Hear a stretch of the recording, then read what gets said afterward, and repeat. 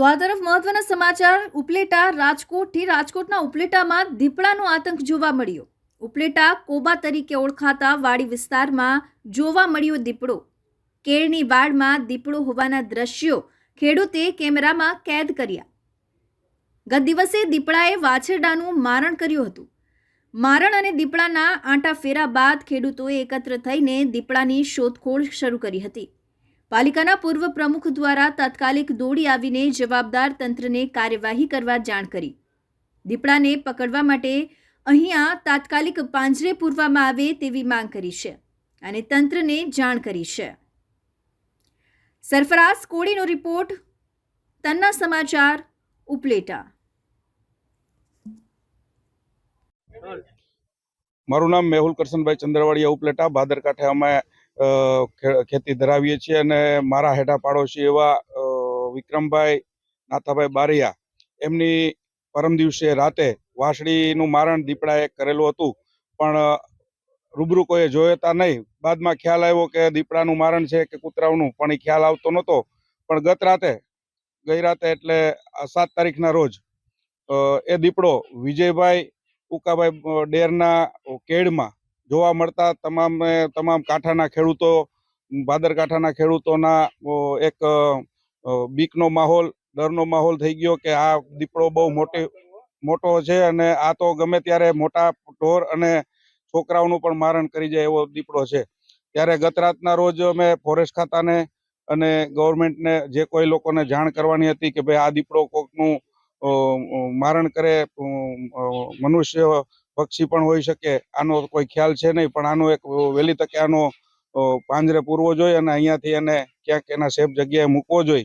ત્યારે ગઈકાલે જે આ વિક્રમભાઈને ત્યાં જે મારણ કરેલ હતું પરમ દિવસે, એને ત્યાં કાલે પણ તબેલામાં એક નાની વાછડીનું જોખમ હતું કે પોતે વિચારતા હતા કે આજે આ કદાચ આ વાછડીનું પણ મારણ કરી શકે, એટલા માટે ગત રાતના રોજ લગભગ 50 લોકો, એમાં જે બહારના પરપ્રાંતીય લોકો પણ અહીંયા રહે છે, તો બધાના મનમાં એક ડરનો માહોલ છે। તો વહેલી તકે આ દીપડાને પાંજરે પૂરવો એવી અમારી બધાને વિનંતી છે। હું દાનભાઈ ચંદ્રવાડિયા, ઉપલેટા નગરપાલિકા પૂર્વ પ્રમુખ। આજ રોજ અમે ભાદરકાંઠે વિક્રમભાઈ બારિયાની વાડીએ ઊભા છીએ। ત્યાં બાજુમાં આવેલ પેડ વિજયભાઈની, એની અંદર ગઈ રાત્રે દીપડો આવેલો અને દીપડો આ વિક્રમભાઈની એક વાછડીનું મારણ કરી અને એ જે બાજુમાં ભાદરકાંઠે તરી આવેલ છે એમાં એણે એનું મારણ કરેલ છે। ખાસ તો એ કહેવાનું છે, ગઈ રાત્રે અહીંથી બધા જે યુવાન લોકો છે એ બધા આવ્યા હતા અને એ દીપડો એમાં ખેડની અંદર સામે નજરે દેખાતો હતો। આનું જે વિડીયો છે મેં ફોરેસ્ટ વિભાગને મોકલ્યો છે, ધારાસભ્યશ્રીને મોકલ્યો છે। આ દીપડો અહીં 2-3 દિવસથી એનો પડાવ છે। ખાસ તો મારે એ કહેવું છે કે આજુબાજુના જે આ બધા વિસ્તાર છે એની અંદર જે ભાગિયાવાળા છે, આદિવાસી લોકો છે, એના બાળકો છે, ગાડીની અંદર છે, ખેતરની અંદર હંમેશા નાના બાળકો રખડતા હોય છે। કોઈ જા નાની થાય, કોઈ માં નાની થાય, એની પહેલા જો આ દીપડો છે ને પકડવામાં આવે એવી અમારી સૌની લાગણી છે।